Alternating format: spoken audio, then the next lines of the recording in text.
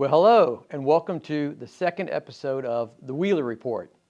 I'm Commissioner Ritch Wheeler, and I want to start off by saying Happy New Year. What a great year 2025 was. We had a lot of fun things to talk about, and then we're going to talk about some great things coming up in 2026.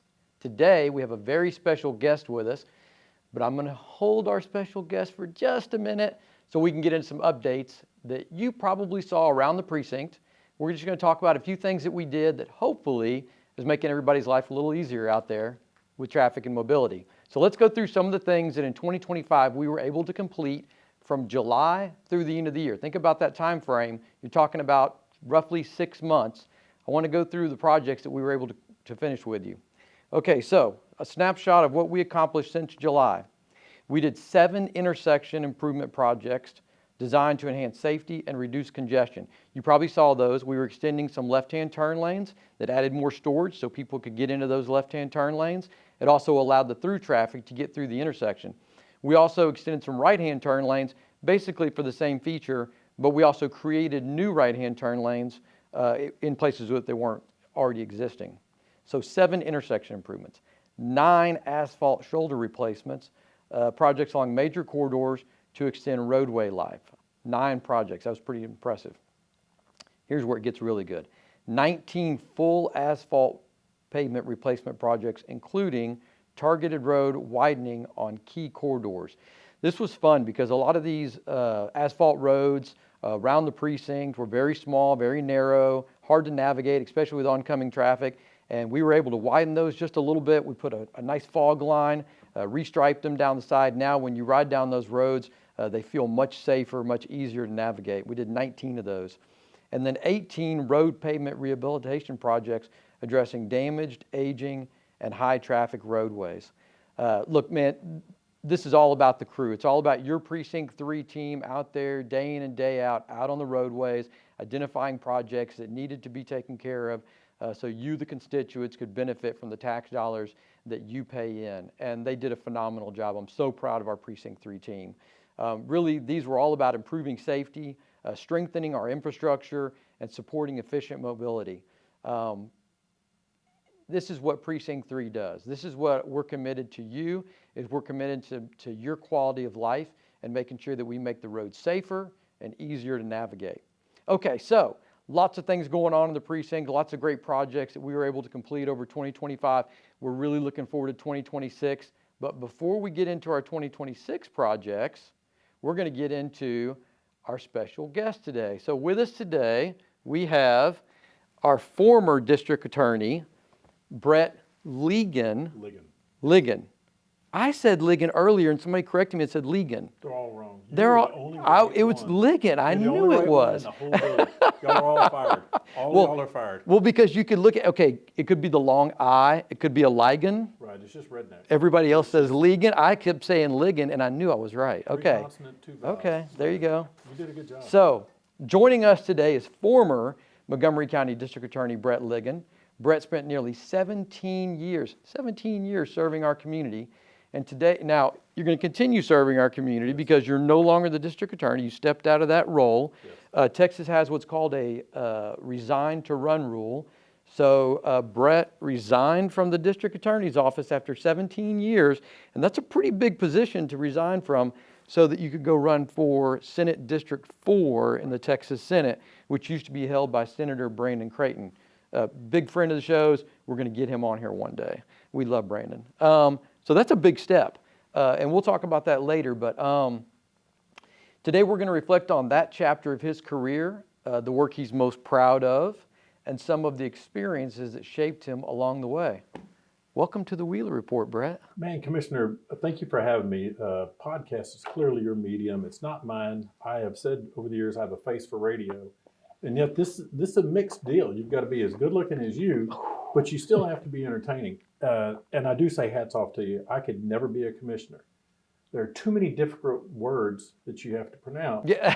And you just went through two of them, and I was sitting there thinking, if I had to say the word asphalt every day, I'd start giggling. At some point, you're going to slip. At some point, if you start dealing with your world of roads and bridges, you're constantly talking about asphalt and manhole covers. I could not get through a press conference talking about either one without giggling. So my hat's off to you. I appreciate it.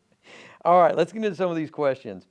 You spent nearly 17 years serving, I can't say that enough, that's incredible, serving Montgomery County as district attorney. When you look back at that chapter, what immediately comes to mind? What made those years especially meaningful to you? The service.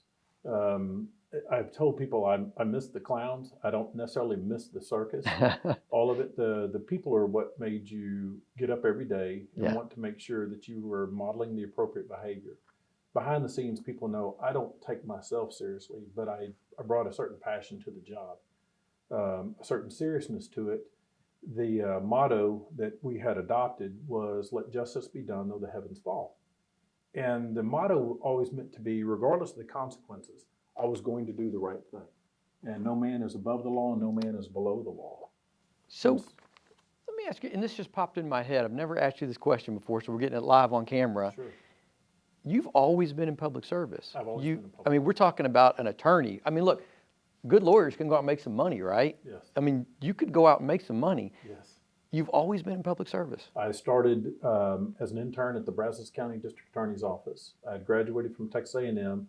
My stepdad, my real dad had passed away, and my stepdad, the next day after graduation, he wakes me up. I'm sitting there thinking I'm sitting on college money. And he says, "Hey, what are you going to do?" And I said, "Well, law school starts in September." And he says, "No, what are you going to do tomorrow? You're not going to lay around the house." 3 days later, I started working for the Montgomery County Sheriff's Department, and I never left public Service since. Yes, I worked for the Sheriff's Department under Joe Corley, under Guy Williams. I started working for the Harris County District Attorney's Office under Johnny Holmes. And then for a decade, I represented the men and women of the Houston Police Department. Yeah, that's pretty incredible. It's always been public service, and it's always been in the realm of criminal law and criminal justice. Yeah, that's. I mean, look, that's really incredible. Not just the 17 years as district attorney. I'm not going to make you add it up, but it's probably a lot more years of that in public service. It is. I paid off my student loans last year. Wow. As you know, the rewards for government service don't come until the end. Yes, yes. Benefits, right? Medical, medical and dental. That's it. That's about it. I'm glad you made the distinction between the former district attorney versus the ex-district attorney, because that means I never lost. Yeah, exactly. There you go. I retired. Retired willingly. Okay, question number 2. There's no shortage of serious cases in that role. We know that. But were there any moments or cases that really stayed with you? Not because of publicity, but because of the impact they had on you or the community. And maybe you could do both. Maybe you could do one on you and one on the community. Ooh, there's so many. I think what people don't realize is, because the job is so serious, that there's a certain amount of humor that you adopt. And in our world, it's gallows humor. Yeah. And you could find yourself without breath, rolling on the floor. The backdrop may have been something incredibly tragic, but the way that you were adapting to it and overcoming it as a group. And oftentimes it may involve a judge, a criminal defense attorney, and the prosecutor in the courtroom. And you're doing your best to hold the decorum. And I have a lifetime of those type of memories.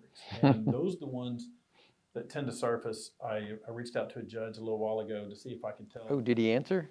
He hasn't answered yet. He'll say yes. But you know he will. I can tell the sanitized version of the story, but there are so many. We were on a crime scene. We want unfiltered. This is unfiltered. I will tell you one that occurred down here in the Woodlands area. We're on a crime scene, and it's a horrible, horrible murder. The only time it ever happened in the Woodland. We don't have crime here. But yes, keep going. I can tell you, look, if you want to make sure that you don't die, keep a clean house. People do not die in clean houses. I have never been to a homicide, and at this point, it's well over 150 crime scenes in a clean house. People always die in a place where you want to be caught. Isn't that interesting? Yeah, it's one of those. And so in Texas, everybody knows what the Texas trilogy is when it comes to barbecue, right? It's ribs, sausage, brisket. Yeah. Well, in crime scene investigation, the Texas trilogy is pornography, sex toys, and drugs. I thought you were going to say Dirty House. Okay, keep going. No, but it's the same trilogy. And so if you're on a scene and you're looking for a gun, you'll inevitably find drugs. Okay. If you find the drugs, you'll inevitably find the pornography, or you'll start to find a stash of sex toys. And it's just that way on every crime scene that I have ever been on. And so You can't get this kind of info anywhere else, folks. it's the truth. Any prosecutor, any police officer, any crime scene investigator out there will tell you that. And the Texas Trilogy idea came to me, and it was on a crime scene, and I'm working it with a couple of investigators. It's probably 4 o'clock in the morning at this point, and we find marijuana had been in the toilet. It had been flushed before the cops came there. Of course, we see the gun, and it's right where it was still in situ. And so one of the crime scene analysts says, okay, we're looking for the trilogy. I was like, what's the trilogy? And they're like, we're either looking for pornography or a sex toy. Sure enough, 2 minutes later, they find the cache or the cache of it. Okay. And so there are those type of memories of Yeah. things that you take Yeah. away from it, to where behind the scenes, there's an interjection of levity, and where you're dealing with people on a human level. And you're trying to erase that mask of, okay, you're a first responder, Right. and I'm a prosecutor, and we have a family we have to deal with. And so those types of memories are the ones that live with me. And then, of course, the one, it revolves around a capital murder. Okay. Solicitation. This is the one that you text the judge about. Solicitation Okay. to commit capital murder. Okay. Now, solicitation to commit capital murder is when you're going to kill somebody that's either a government servant or there's a multitude of crimes. So capital murder would be, in the course of committing a murder, you commit an underlying felony. Your typical is a bank robbery or a liquor store. Okay. You hold it up, you kill somebody. That's your typical capital murder. In this case, it was a defendant that wanted to kill me and another prosecutor. And so I'm sitting there talking with the first assistant, and we're cutting up what the day is going to look like. And a Texas Ranger walks in, the hat, the boots, the belt buckle. And every legend about the Texas Rangers is true. It's just an aura that they have. Yeah. And so this particular ranger walks in, kind of uninvited, and she says, hey, look, I got I was just about to ask you if this was going to be our current sheriff, but no, it's No, okay, somebody different. She walks in. I have a great story about him. He and I Oh, found yeah, a dead yes. body in another county. Okay, we'll get to that next. Man, so many great stories with Rangers. So the Texas Ranger walks in. I'm sitting there talking with the first assistant. She says, hey, somebody wants to kill one of your prosecutors and wants to either kill or hospitalize Brett. And so the first assistant at the time says, well, which prosecutor do they want to kill? So the Texas Ranger says, a very mischievous prosecutor, says the name. She goes, prosecutor so-and-so. And the first assistant, without missing a beat, says, well, hang on a second, let's see how this plays out. Now, I end up having to testify to this same conversation in trial because the prosecutor had not woodshedded me. We bring in an outside prosecutor to prosecute the case, solicitation, commit capital murder. She goes through the litany of questions.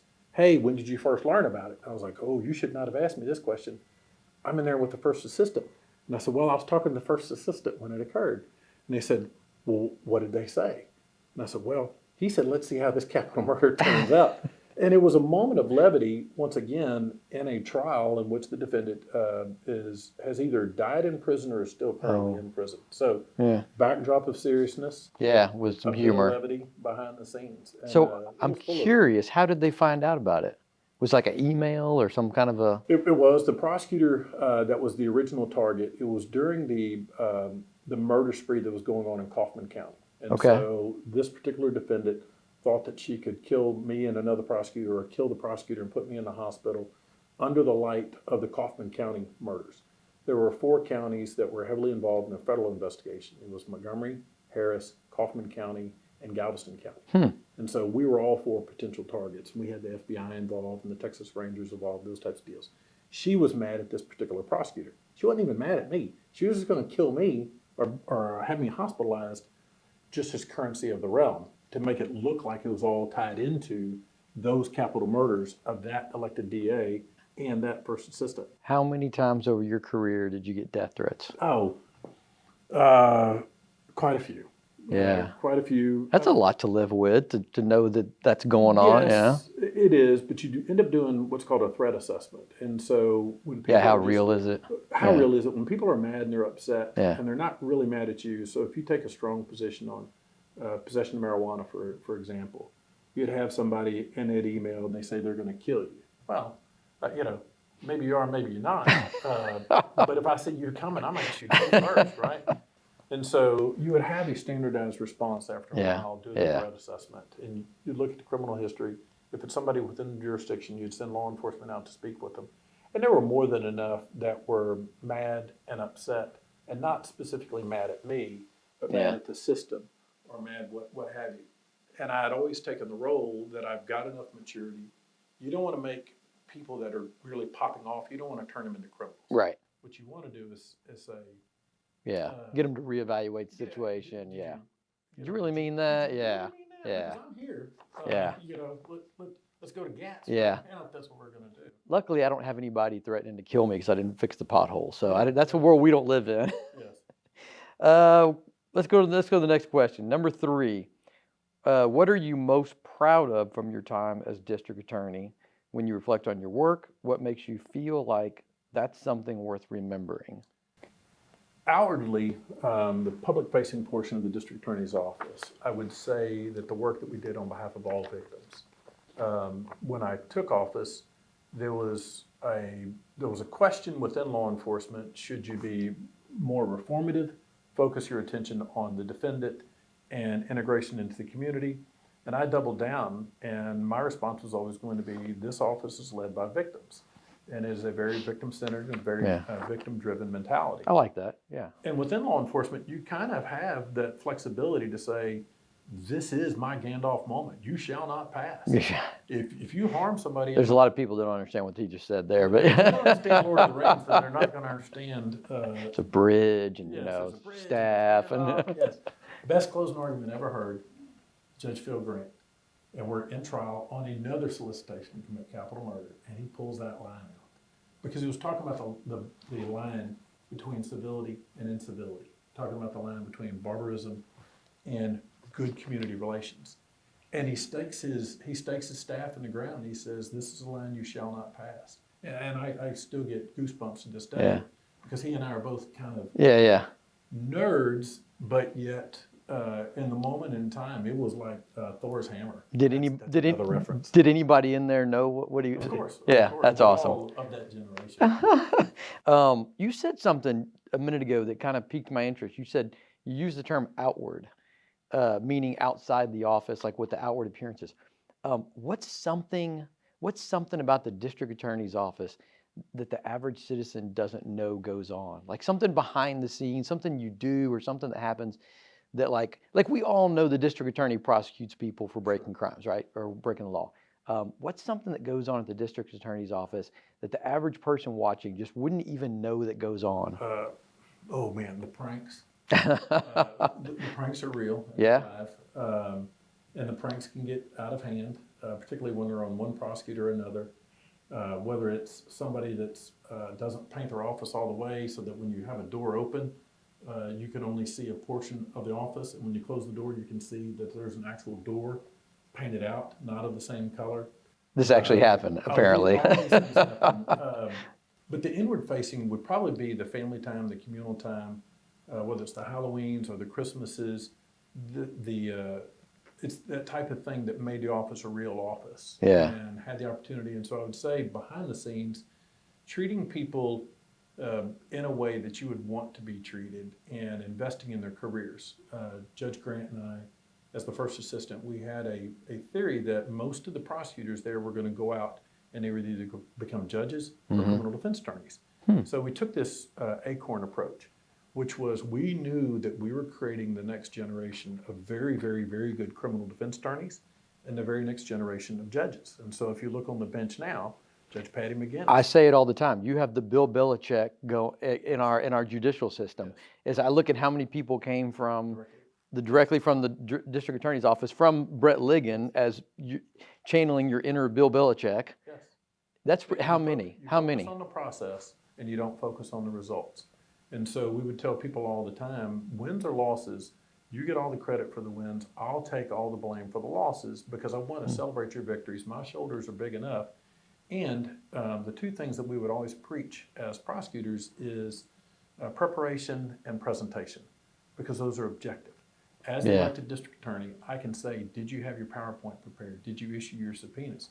Did you have your closing argument and your opening statement? Had you prepared those? Do you have your voir dire? Have you spoken to your witnesses? Have you gone to the scene? Right? That's the preparation. The presentation is, did you look the part? Did you sound the part? Do you have your exhibits? Did you sell the properly show? marked? And so when people combine the process, the preparation and the presentation, the verdict comes. Yeah. The verdict always comes, and here's why. In the process of preparing, you're constantly evaluating your case. What you don't want is a prosecutor who's overvaluing a case, and a case ends up getting tried by a very good criminal defense attorney that says, we're not contesting guilt or innocence. We're contesting the appropriate sentence and the appropriate punishment. And so as you're preparing your case, you're evaluating your case, because what you don't want a prosecutor is missing too terribly long. And so the after review for us is, what was the offer that you made prior to trial? What did you receive from the jury? And because you want those two to link up. Yeah. Because if you're whale hunting, if you have a young prosecutor that just wants to seek the glory, you'll see a disparity between what they've offered and what a jury actually renders. And so that's either a preparation problem or it's a presentation problem. Gotcha. And so but it's objective. I can look at that. It never once mattered to me what the results were, because the results are what the jury of Montgomery County gave us. That's fair. Yeah, Yeah, that's absolutely. fair. Yeah. So, well, how many people left your office and went on to other positions? Judge is low-hanging fruit, Sure. but I'm sure there's some other ones, there's some I other would say, positions too. Probably at least the active generation of criminal defense attorneys right now all came from the district attorney's office. Man, and I could tell you some good ones right off the bat. Some, and I won't mention names because I'm gonna end up leaving others off the list. How many judges in Montgomery County? 6 or 8 judges, probably.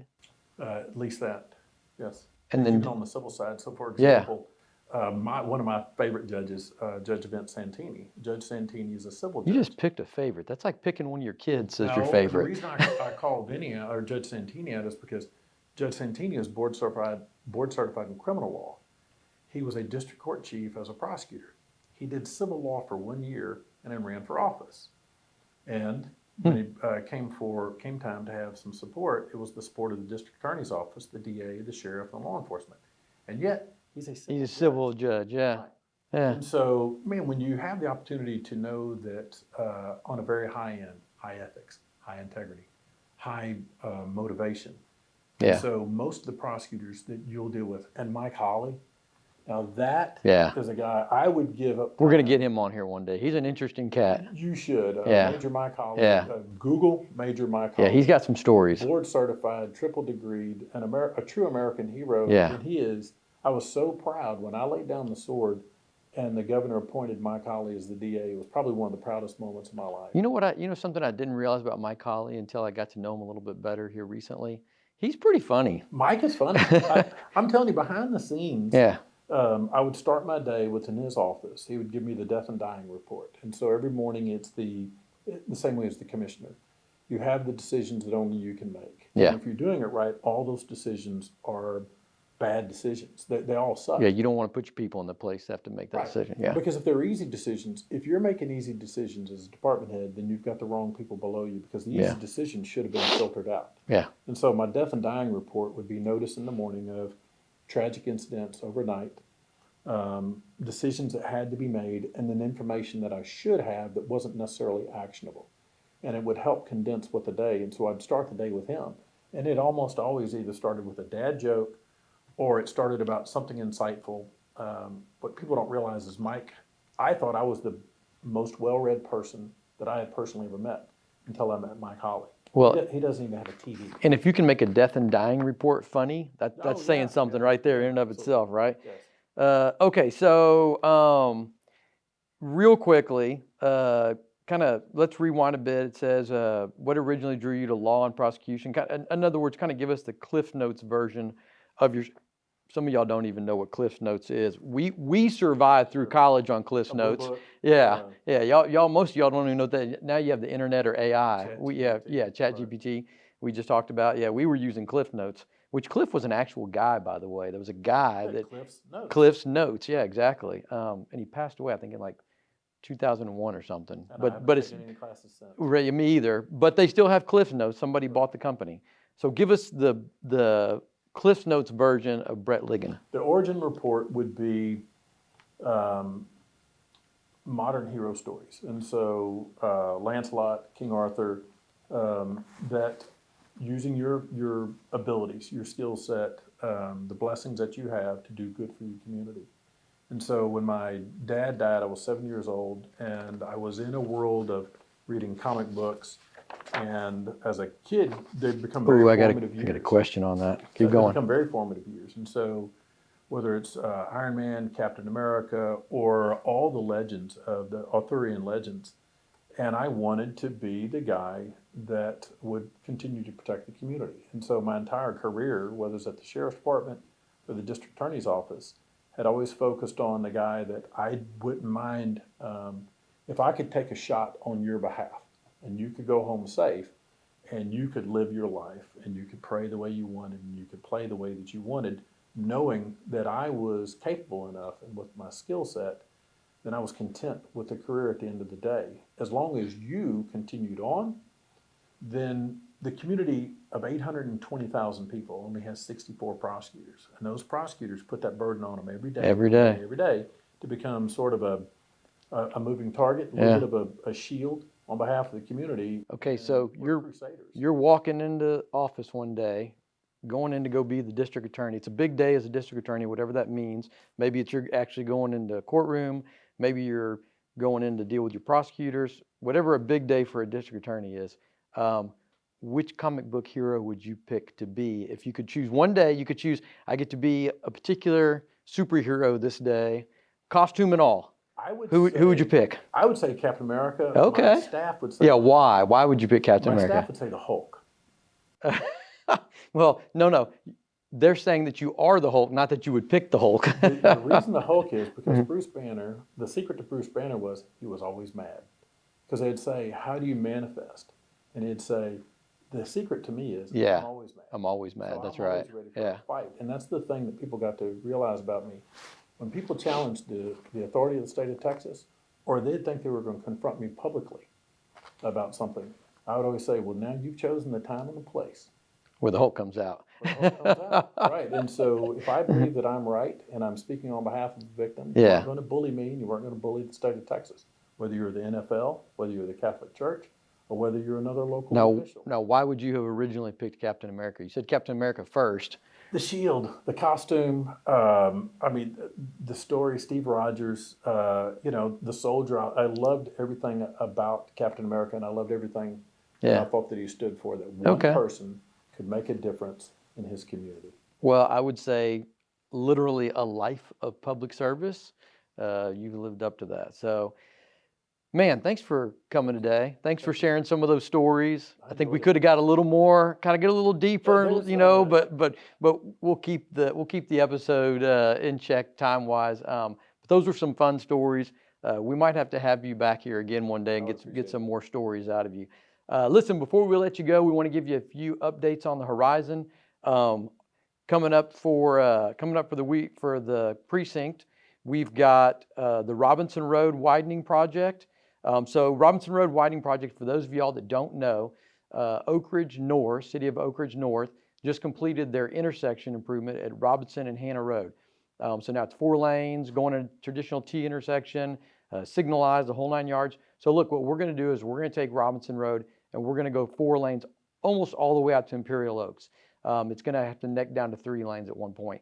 We're going to put some dedicated left-hand turn lanes, some dedicated right-hand turn lanes, and it's going to really help traffic move through that area a bunch. Right now we're in the design phase, and we're also in the engineering and right-of-way acquisition phase. We also have some shoulder replacements coming, and most of you will see Lake Woodlands Drive. That's one that we're doing some shoulder replacements on. And then the Woodlands Township is actually going through and they're doing some improvements. And what that's going to do is it's going to make those shoulders a lot easier for folks to move, staying out of the roadway, stay out of the roadway. You don't want to get tangled up with a car. That's bad for you. But those shoulders are going to be good for pedestrians, for joggers, for cyclists, and then of course, obviously for public safety, if a car has to exit the roadway, as long as there's not somebody in the shoulder, we got a nice wide level shoulder for them to be able to get out of traffic and make things safer for everybody. So look for that Lake Woodlands shoulder replacement project coming. And then another really big one that we have that we're in design phase right now on is the Sawdust Bridge project. So on Sawdust Road, there's a bridge that goes over Panther Creek. And unfortunately, in the past, that thing has flooded and it's trapped all the folks in Grogan's Point and Timberlake's Timber Ridge to where they couldn't get out of their neighborhood. I talked to Constable Ryan Gable about this, and back there in Harvey, they were actually using airboats to go in there and rescue folks. Bad deal. So we're going to raise that bridge. We're going to raise the approach angles. We're going to keep that from flooding so that in the event that that happens again, folks can get actually out of the neighborhood and get to safety.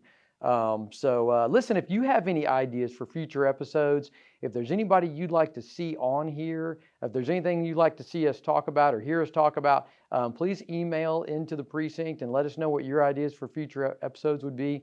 We're going to keep having some awesome guests come through here. We're going to keep giving you updates as to what's going on in the precinct, tell you how we're spending your tax dollars, because as we've talked about before, here at Precinct 3, we want to be accessible. We want to be collaborative, and we want to be transparent. So this is our way of communicating to you of what's going around the precinct, how we're spending your money. We want to be transparent with your tax dollars, but we want to hit on subjects that are important to you. So if there's something that you'd like to see in a future episode of the Wheeler Report, email us in and we'll see if we can get it on here. Or if you got a guest you'd like to see on here, email us in, and I bet you I could get somebody to get on a podcast if they're being asked for.